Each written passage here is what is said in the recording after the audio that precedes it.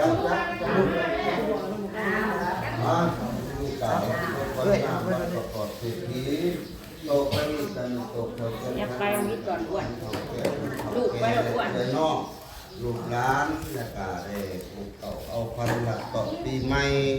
และปีเก่ารวมหลับไปแล้วก็เรื่องบทกุฎีก็ให้ไปตัดปีเก่าและก็นี่จะหลับต่อปีใหม่และก็นี่พระเขาพระป้าบริความน่ะอยู่ได้บ่ให้ง่ายตาอยู่เป้าแล้วพ่อแม่นี่แหละทั้งเฒ่าทั้งแก่ได้มาผูกเก่าเอาควันในอยู่ดีมีแห้งในมีผาดกินแข็งคิดเงินให้ได้เงินคิดคำให้ได้คำตัวนี้ต่อไปความเจ็บอย่าชูได้ความไข่อย่าชูนี่มีแต่ความสุขความสบายกายด้วยลูกเด้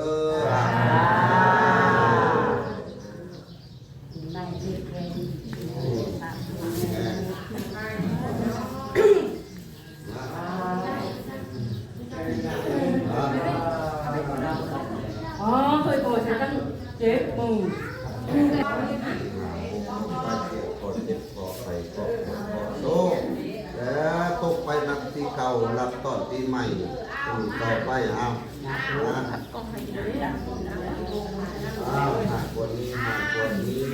ดีกว่าเก่ามาแล้วต้องไหว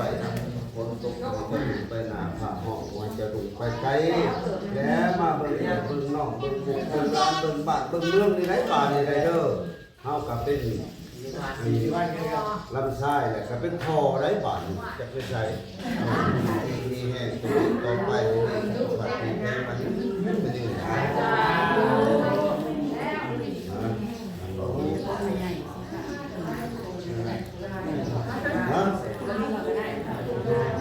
ตัวละก่อนโอ้มอนี่มีเงินได้บัตรใช้บัตรไม่ได้สามสี่หาขอเก็บขอไข่ขอโซ่ตกตำไทยไรตำหนักนี่มาเป็นลูกวันนี้หายวันนี้ดีกดเข่าเต่ามาเด้อนอนเลยแล้วพ่อแม่นี่แล้วได้ถูกเชิญต้อมห้องเชิญไหวได้บาทนี่เด้อเบิ่งตุ้มนอกตุ้มนุ่งได้บาทนี่ได้โตกะเป็นแม่เลื่อนกลางชาติได้เลยได้อยู่ดีมีแม่ตัวนี้ต่อไปรับก่อนปีใหม่แล้วบทจบบุรีก็ให้ไล่ไปตามปีเก่าและกินข้าวกันในวันกินแก้ก็ให้เสร็จพีดีงามเงินให้ได้เงินข้ามให้ได้ข้ามจะลูกเด้อมันยืนใช้ปืนนะขอบคุณก็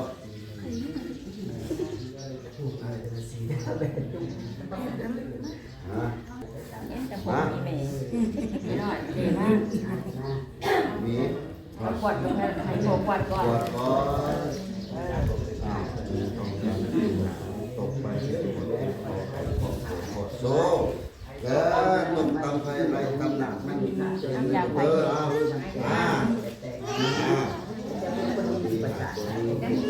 เขายืนเบอร์แล้วผมเป็นไว้แล้วเที่ยวมาคิดก็ให้จบง่ายมาได้กินข้าวน้ำเลยน้ำลูกน้ำเถาน้ำแก่และตัวนี้ต่อไปผูกแขนต้อมห้องเพื่อนไหวแล้วความเจ็บความโศกให้ไล่ไปตัดปีเก่าเลยด้วยไล่รับต้อนที่งานที่ทำงานต่อไปที่ต้องความโยนหลังเอาไหนแกติดมาเนี่ยโอ้ยเอาซ้อนจะกวดตัดหนามาปีนะเลยมาติงเอาไปผูกก่อนเอาไปผูกเต้นให้ก่อนนะเต้นไม่ผูกแค่อยากไปไหมได้น่ะแห้งกับป้าผูกแขนผูกแขนไปผูกแขนไปต่อไปแล้วให้เจ้าดีมีแม่เจ้าจะสุดฟังให้เจ้า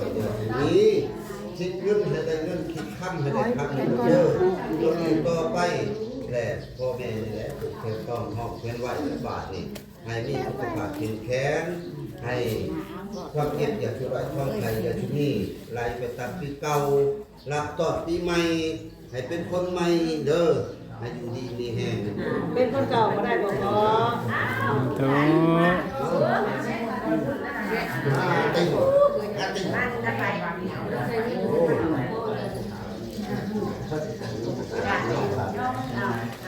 ว่าดีไรไรจ้าจ้าได้จ้ามาจ้าจ้าไร อย่าเพิ่งจับลูกปวดก่อน มามาปูแล้วต้องทำให้ไล่เต้าหนักไล่ไปตัดปีเก่ารับต่อปีใหม่เริ่มเริ่มจ้าไม่ทิ้งหรอก วันนี้ดีเข้ามาเด้อตีเลยแล้วพ่อแม่นี่แหละเป็นตอกมองกันไว้ที่พาเขาพาป้าอาหารการกินแล้วเป็นว่าเที่ยวมาพิจารณาเจ้าชายให้มาได้ทุกคนเป็นเด้อให้มันนอนเหล่าลูกพ่อแม่ต่อไปเยี่ยมเจ้าอย่าสุดได้ความใครจะยืนเขาตกทำงานไปได้หรอกที่แหละคนโบเป็นลูกบ่ทั้งยังมาผสมกับเต่าหลังตรงนั้นทั้งไก่ทอดให้จะปอดปลาเลี้ยงเตียงปลาหนังต่างๆคนสุดแล้วให้ปุ้ยให้ไผ่พ่อแม่ปลูกแล้วจะใครจะเห็นจะเลิศเดินตั้งไก่ไก่เดินลืมไปเดินไหนเหาะแต่ตลอดปลอดภัยเด้อลงดาว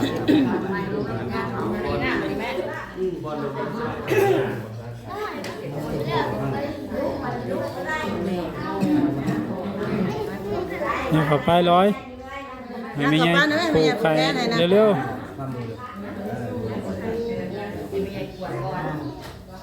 บรรยากาศภายในงาน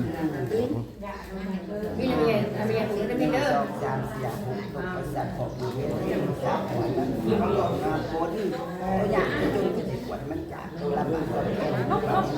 ละของจริงต้องเคยซื้อตัวซื้อตัวเป็นสอนตัวสอนของเขาจนเน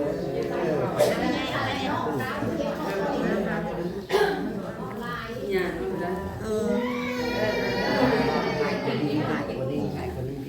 จังเราเช่น แล้วผมขาดจะไม่ทำไม่ได้กินจะไม่ขาดจะไม่ปุ้ยอยากจะไปลุยน้ำแกงเขาไม่เขาได้แต่งจะเป็นคนดีอยู่ปัญญาจะเป็นจิตคนโซ่เงินต้นโตให้เจ้าเปลี่ยนปัญหาเป็นอย่างเป็นรูปสูงเรียนป่าคนป่าปวดตะลิ่นจะเป็นปัญหาหนักตาเพื่อนผมมียังมาไกลมาขัดนี้คือลมหายใจขนาดต้นตาขนาดต้นวังพ่อแม่พูดเอาเจ้าสูงวังเลยปัญหาสิ่งใดอะไรสิ่งนั้นดีแห้งแล้ทุกคนชอบกับเรียนมาด้วยไหมเอาไหม